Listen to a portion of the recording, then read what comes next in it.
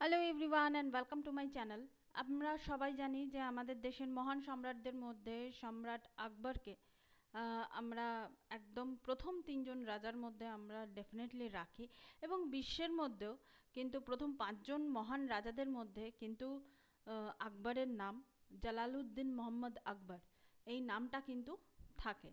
এবং এই সিনেমাটাতে আশুতোষ গোয়ারিকারের পরিচালনায় এই সিনেমাটা নিয়ে আমি একবার কথা বলেছিলাম। তার কারণ হচ্ছে এই সিনেমাটাতে আমি যে বিষয়টা নিয়ে কথা বলেছিলাম সেটা হচ্ছে যে সিনেমাটাকে ঘিরে যে বিতর্কটা হয়েছিল, ঘিরে ইন দ্য সেন্স সম্রাট আকবরের যে রানী ছিলেন রুকাইয়া বেগম, তাকে নিয়ে কিন্তু এই সিনেমাটা নয়। এটা শুধুমাত্র তার হিন্দু রানীকে নিয়ে এই সিনেমাটা কিন্তু তৈরি করা হয়েছে, যার নাম হচ্ছে যোধা। এবং যোধা নামটাও কিন্তু এটাকে নিয়েও প্রশ্নচিহ্ন আছে। অনেকে বলে যে যোধাবাই মানে সম্রাট আকবরের স্ত্রীর নাম ছিল না, এটা অন্য একটা নাম ছিল। তো যাকগে, আমি ওইসব বিতর্ক, ইতিহাসে অনেক জিনিস থাকে, আমি ওসব বিতর্ক নিয়ে কথা বলছি না।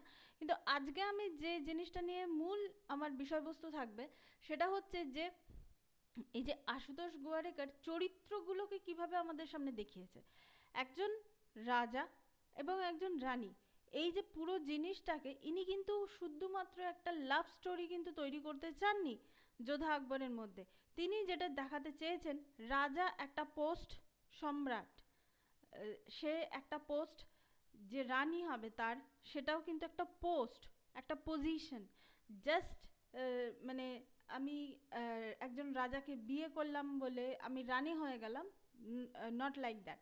এবার আমি বিভিন্ন দৃশ্যগুলো আমি ডেসক্রিপশন বক্সে দিয়ে দেবো এবং একটা গানও দেবো।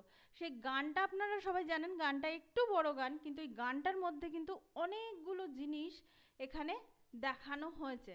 আমরা এমনিতে জানি যে আকবরউদ্দিন মোহাম্মদ আকবর, তিনি কিন্তু মাত্র তেরো বছর বয়সে তিনি সিংহাসনে বসেছিলেন। তিনি কিন্তু সেই সময়টা থেকেই কিন্তু তিনি যোদ্ধা বলে তিনি পরিচিত ছিলেন। এবং তিনি জালালউদ্দিন মোহাম্মদ, তিনি কিন্তু খুব ভালো একজন যোদ্ধা ছিলেন। অনেক রাজা থাকেন যে যাদের হয়তো ডিপ্লোম্যাটিক পোর্শনটা খুব ভালো থাকে, কিন্তু যুদ্ধবিদ্যাটা হয়তো তার প্রধান সেনাপতির ওপর নির্ভর করে থাকতে হয়। কিন্তু এক্ষেত্রে কিন্তু মানে জালালউদ্দিনের ক্ষেত্রে কিন্তু এই কথাটা বলা যায় না। তিনি কিন্তু নিজে একাধারে যেমন ডিপ্লোমেসি উনি সামলাতে পারতেন, সেরকমভাবেও কিন্তু তিনি খুব ভালো একজন যোদ্ধা ছিলেন। এবার যদি আমরা সিনেমার থিম অনুযায়ী, আমরা এনার জীবনে তো অনেক কথা আছে, কারণ ওনার প্রথম বউ রুকাইয়া বেগমের সঙ্গে তার 9 বছর বয়সে বিয়ে হয়েছিল। তো সেই সব জিনিসগুলোকে আমি সরিয়ে রাখছি, এগুলো কিন্তু ইতিহাসেই আছে। এবং রুকাইয়া বেগম এই মুঘল সাম্রাজ্যের মানে পাতশা বেগম ছিলেন। পাতশা বেগম মানে হচ্ছে রাজাদের যে সভাসদ থাকতো, সেই সভাসদের মধ্যে একটা পোস্ট তিনি হোল্ড করতেন। তো সুতরাং তার গুরুত্বটা আলাদা। এখানে ইনিশিয়াল স্টেজে আপনাদের দর্শকদেরকে মনে হতে পারে যে রুকাইয়া বেগমকে বাদ দিয়ে কী করে যোধা আকবর সিনেমাটা তৈরি হলো, কিন্তু পরে দেখবেন যে রুকাইয়া বেগমের যে গুরুত্ব না, শুধু রুকাইয়া বেগমের গুরুত্বটা বোঝাতে গেলে আলাদা একটা সিনেমা বানাতে হবে। তো সেই হিসাবে আমার মনে হয় যে আশুতোষ গোয়ারিকার খুব বুদ্ধিমানের কাজ করে রুকাইয়া বেগমের পার্টটাকে এখান থেকে তিনি সরিয়ে দিয়েছেন। এরপর তিনি যোধাকে কেন তিনি নিয়ে আসলেন, আকবরের একজন স্ত্রী, দুজন স্ত্রী ছিলেন যারা Rajputana, that means Hindu, Hindu culture থেকে যারা এসেছিলেন।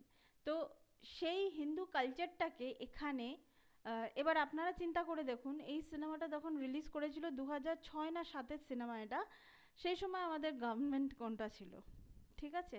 এবং সেই সময় সেকুলারিজমকে একটু প্রাধান্য দিয়ে এই সিনেমাটা কিন্তু বানানো হয়েছে।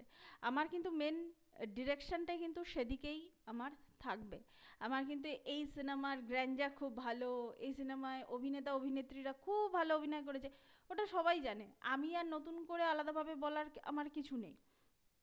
এরপর আমি যদি চলে আসি যোধাবাইয়ের ক্ষেত্রে, এখানে যোধাবাইয়ের আগে আমি একটা সিন এখানে আপনাদের সঙ্গে একটু দেখাতে চাইছি। সেটা হচ্ছে এখানে দেখাচ্ছে যে রাজারা সেই সময়, রাজারা কথা বলবো না, সম্রাট আকবর কি করতেন, যে সেই সময় হাতির সঙ্গে তিনি নিজের শরীর চর্চা করতেন। এই যে একটা সিন কিন্তু আছে যখন রাজা ভারমাল সম্রাট আকবরের সঙ্গে দেখা করতে যাবে। ও বাই দ্য ওয়ে, এই সিনেমাটা কিন্তু নেটফ্লিক্সে অ্যাভেলেবেল আছে, আপনারা চাইলে এটা দেখে নিতে পারবেন। একটু ধৈর্য ধরে যদি এরকম ধরনের এপিক মুভি যদি আপনাদের দেখতে ইচ্ছা করে তাহলে আপনারা এটা দেখতে পারেন। এবং এখানে হাতির সঙ্গে যে লড়াইটা, সেই লড়াইয়ের দৃশ্য এবং সেটা সেখানে ক্যামেরার কাজ আর এখানে ঋত্বিক রোশনের পারফরমেন্স মানে দারুণ ছিল ওখানে। এবং একজন রাজার মধ্যে যে যে অ্যাটিটিউডগুলো থাকা দরকার, পুরো অ্যাটিটিউডগুলো না ওখান থেকেই কিন্তু আমরা দেখতে পাই ঋত্বিক রোশনের মধ্যে। এরপর যদি আমরা চলে আসি ডিরেক্ট, এখানে সিনেমাটা যেভাবে এগিয়েছে সেইভাবেই আমি কথাগুলো বলছি। তো এরপর রাজা ভারমাল আসে, তার মেয়ে যোধাবাইয়ের সঙ্গে তার সম্বন্ধ করা হয় এবং এখানে সেই সময়কার মেয়ে হয়ে, এটা এখনকার মেয়ে কিন্তু তিনি নন, এটা আপনারা সবাই জানেন, এবং সেই সময়কার মেয়ে হয়ে কিন্তু সম্রাট আকবরকে মানে জালালকে তিনি কিন্তু দুটো শর্ত রাখেন। তখনকার দিনের মেয়েরা দুটো শর্ত রাখবে এটা তো ভাবাই যায় না, মানে বিয়ের সময় বিশেষ করে। এবং এখানে যে জিনিসটা দেখানো হয়েছে যে এই যে শর্ত রাখার যে ব্যাপারটা, এই শর্তটা তিনি কি রেখেছিলেন, যে আজকে আকবর যখন তাকে বিয়ে করে নিয়ে যাবে, সে কোথায় নিয়ে যাবে? আগ্রার কেল্লাতে। এবং সেখানে কি হয়? আজান হয়, নামাজ পড়া হয়। তো রানী কি চেয়েছিলেন, যোধাবাই যেটা চেয়েছিলেন, এবং এটা কিন্তু সত্যি, এটা কিন্তু ইতিহাসে আজ মানে ইতিহাসে এই জিনিসটা কিন্তু সত্যি। কিছু জিনিস আছে আশুতোষ গোয়ারিকার একদম ঠিক জিনিসই তিনি দেখিয়েছেন। হ্যাঁ, সেটা হয়তো ড্রামাটিক ওয়েতে একটু বেশি অন্যভাবে দেখিয়েছিলেন, কিন্তু এই হিন্দু রানী যে তিনি যে শর্ত দিয়েছিলেন সেটা কিন্তু একদম সত্যি কথা। এবং আপনারা যারা আগ্রা ফোর্টে গেছেন তারা কিন্তু দেখবেন যে এখানে কিন্তু মন্দির আছে। তো রানী কি শর্ত দিয়েছিলেন, যে মুসলিম কেল্লার মধ্যেও একটা মন্দির হবে এবং সেখানে নিজের আরাধ্য দেবতার পুজো হবে, সেটা এক নম্বর। এবং দু নম্বর হচ্ছেন যে তিনি নিজের ধর্ম পরিবর্তন করবেন না। এত বড় একটা শর্ত, এই দুটো শর্তর ওপর বেস করেই কিন্তু আজকে যোধা এবং আকবরের কিন্তু বিবাহটা হয়েছিল। এবং এটা কিন্তু পলিটিক্যাল অ্যালায়েন্স ছিল, এখানে কিন্তু কোনো লাভ, ভালোবাসা এসবের কিন্তু আপনারা চিটে ফোটা খুঁজতে যাবেন না। মানে আমরা তো অনেক কিছুতেই বাড়াবাড়ি করে ফেলি, তো এখানে কিন্তু ওইসব জিনিসগুলো কিন্তু ছিল না। এবং যে কারণে যেহেতু অ্যালায়েন্স হচ্ছে, সেই কারণেই কিন্তু যোধাবাই তিনি কিন্তু বিয়ের আগে তার হাজব্যান্ডের কাছে, হবু বরের কাছে তিনি এই দুটো শর্ত কিন্তু তিনি রেখেছিলেন। এবং এখানে আমরা দেখতে পাই এই সিনটাকে আশুতোষ গোয়ারিকর খুব সুন্দরভাবে এখানে ডিজাইন করেছেন। আজকে দেখুন রানী যোধাবাইয়ের হাতে কিন্তু পুজোর থালা, এবং সম্রাট আকবর কিন্তু সেই পুজোতে অংশগ্রহণ করেছেন। এবং এটা সত্যি, একদমই সত্যি। আপনারা যদি মুগলে আজম সিনেমাটা যদি দেখে থাকেন, আপনারা কিন্তু সেখানে দেখবেন যে যেখানে পৃথ্বীরাজ কাপুর আকবর হয়েছিলেন, তো সেখানে দেখবেন যে ওই যে রানী যোধাবাইয়ের একটা মন্দির আছে, সেখানে কৃষ্ণের মূর্তি আছে এবং পৃথ্বীরাজ কাপুর মানে আকবর কিন্তু সেখানে জুতো খুলে, আমরা যেরকম করি মন্দিরে উপাসনা স্থলে জুতো খুলে আমরা ভেতরে প্রবেশ করি, তো সেই জিনিসগুলো কিন্তু এখানে দেখানো হয়েছে। এখানেও কিন্তু সেই জিনিসটা আছে, যারা যোধা আকবর দেখেছেন তারা কিন্তু সেই জিনিসটা বুঝতে পারবেন। এরপর মানে যে জিনিসটা আর কি হয়ে থাকে একসঙ্গে থাকতে থাকতে, যেহেতু আমি এই এই ছবিটা এই স্টিলটা আমি কেন দিয়েছি সেটার পেছনেও কারণ আছে। যে মানে দুটো একদম ভিন্ন ধর্মী দুজন মানুষ যখন প্রথমেই যখন একসঙ্গে যখন আসছে, তাদের মধ্যে কিন্তু অনেক রকমের মানে বৈপরীত্য আমরা দেখতে পাই। এবং সিনেমার ক্ষেত্রে সেখানে কিন্তু একটু সফিস্টিকেটেড ওয়েতে দেখানো হয়েছে। এখানে আশুতোষ গোয়ারিকর বেসিক্যালি ঋত্বিককে দিয়ে, যেহেতু ঋত্বিকের চেহারাটা খুব সফিস্টিকেটেড চেহারা, ঋত্বিককে দিয়ে আকবরের চরিত্রটাকে তিনি একটু সফিস্টিকেটেড ওয়েতে কিন্তু দেখিয়েছেন। কিন্তু আপনারা যদি কেউ খেয়াল করে থাকেন বা কেউ যদি ফলো করে থাকেন, যে বালাজি প্রোডাকশন হাউস থেকেও কিন্তু যোধা আকবর বলে একটা সিরিয়াল বেরিয়েছিল। সেই সিরিয়ালটা কিন্তু অনেক দিন পর্যন্ত গিয়েছিল, প্রায় 600টা এপিসোড। এরকম এপিক মানে ঐতিহাসিক বিষয়বস্তুর ওপর 600টা এপিসোড এবং টিআরপি একদম সমান সমান। তো সেই জিনিসটা করাটা কিন্তু অতটা সহজ ছিল না সিরিয়ালের ক্ষেত্রে। সেই সিরিয়াল, যেহেতু ওটা সিরিয়াল ছিল, সেই সিরিয়ালে কিন্তু এই যে যোধা আকবরের যে কেমিস্ট্রিটা, ওটা কিন্তু খুব ভালোভাবে ওখানে কিন্তু দেখানো হয়েছিল। ওখানে যেমন এপিসোড 36-এ যোধাবাইয়ের সঙ্গে আকবরের বিয়ে হচ্ছে, ওটা দেখানো হয়েছে, কিন্তু তাদের দুজনের মধ্যে কেমিস্ট্রি বন্ড হতে হতে ধরুন, এবার আপনারা প্রশ্ন করতে পারেন যে হ্যাঁ সিরিয়াল তো একটু বাড়ায়, কিন্তু কি বলুন তো, আপনারাই বাস্তবটা চিন্তা করুন যে এরকম ভিন্ন ধর্মী দুজন মানুষ এক জায়গায় আসলে সেই জিনিসটা, আজকে যোধা আকবর সিনেমাটা কতক্ষণের সিনেমা, প্রায় 3 ঘন্টা। তো এই 3 ঘন্টার মধ্যে আমরা কি করে দুটো মানুষের কেমিস্ট্রি খুব সুন্দর হয়ে যাচ্ছে, প্রথমে বৈরিতা ছিল, তারপর খুব সুন্দর দুজনে কাছাকাছি চলে এলো একটা গানের মাধ্যমে।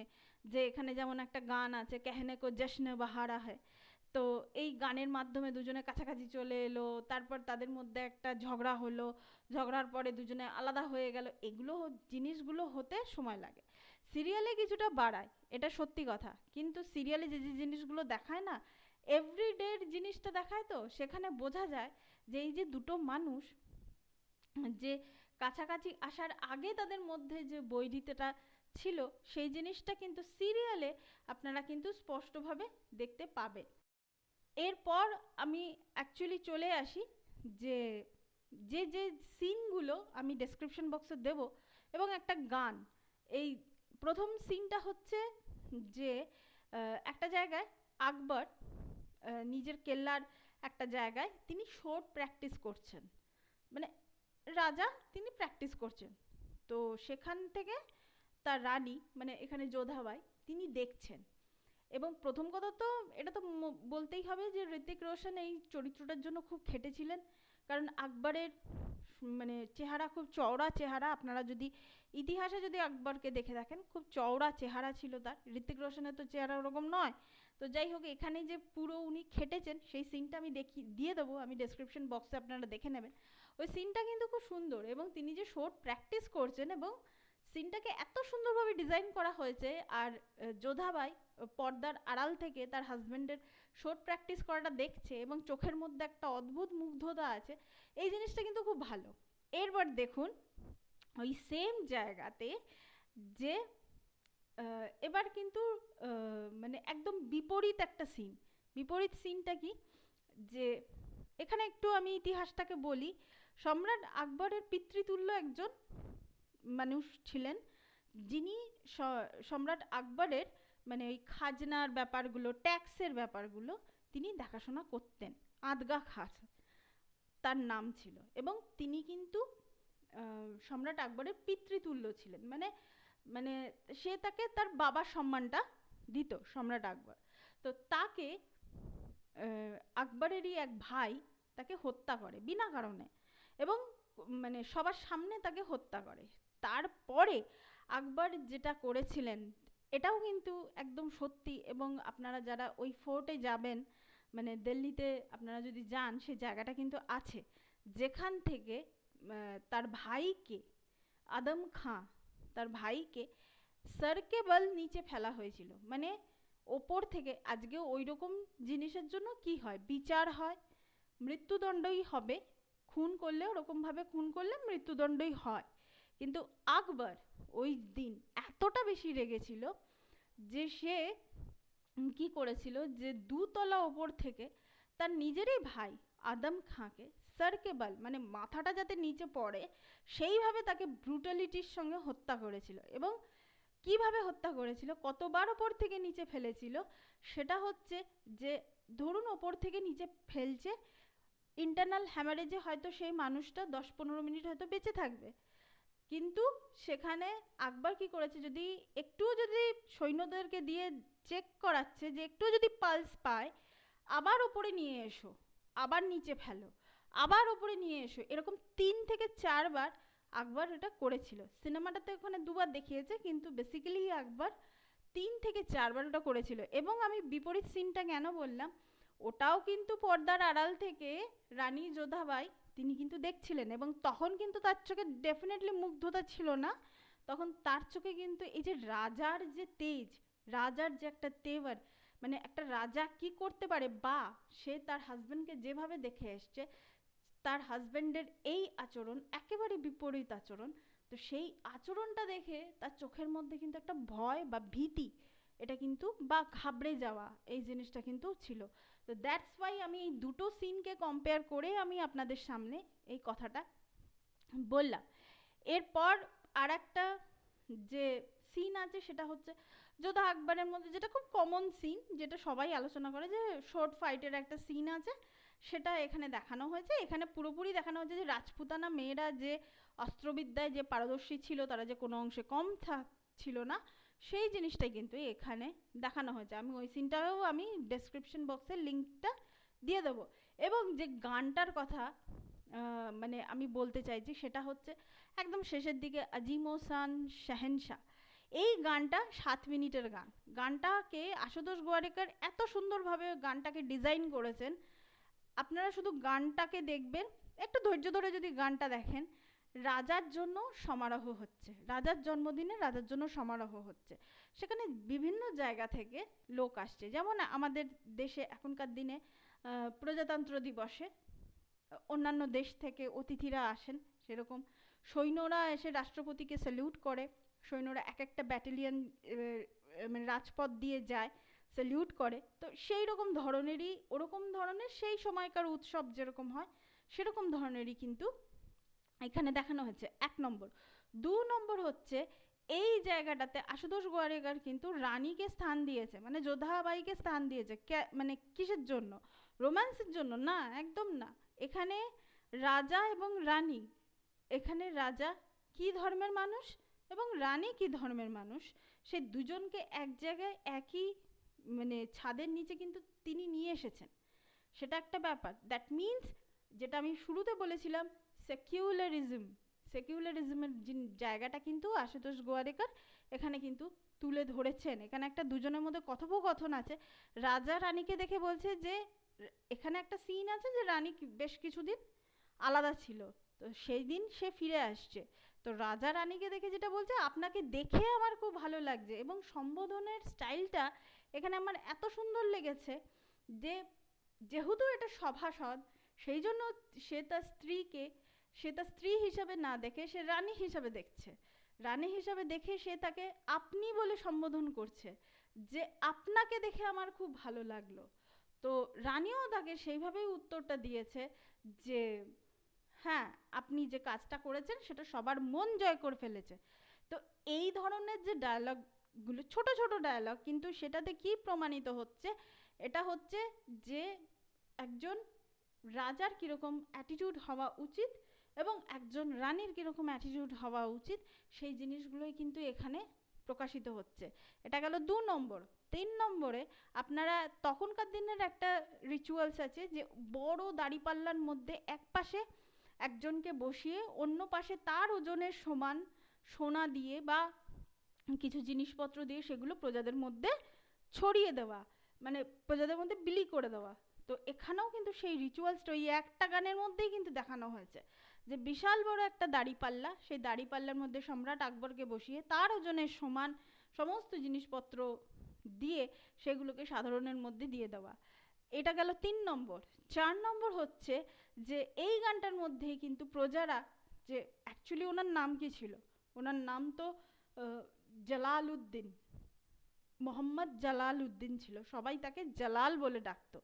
তো এবার প্রজারা খুশি হয়ে, রাজার প্রতি খুশি হয়ে তাকে আকবর, জালালউদ্দিন মোহাম্মদ আকবর, এই যে আকবর মহান, এই যে উপাধিটা তাকে দিল, এটাও কিন্তু এই গানের মধ্যেই দেখানো হয়েছে। এবার তাকে হঠাৎ করে মহান উপাধি দেওয়া হলো কেন, সেটা আবার একটু ইতিহাসে চলে যায়। এখানে জিজিয়া কর বলে একটা ট্যাক্স তখন নেওয়া হতো, সেটা কীরকম ট্যাক্স? মুসলিমরা যখন তীর্থ করতে যেত তখন তাদেরকে কোনো ট্যাক্স দিতে হতো না, কিন্তু হিন্দুরা যখন তীর্থ করতে যেত তখন কিন্তু তাদেরকে এই জিজিয়ার ট্যাক্সটা দিতে হতো। তো যার জন্য হিন্দুদের মধ্যে কিন্তু একটা বিক্ষোভ ভেতরে ভেতরে কিন্তু তৈরি হয়ে গেছিলো। তো দ্যাটস ওয়াই সম্রাট আকবর কী করেছিলেন, হিন্দুদের যে জিজিয়া কর ছিল সেটা তিনি মুকুব করে দিয়েছিলেন।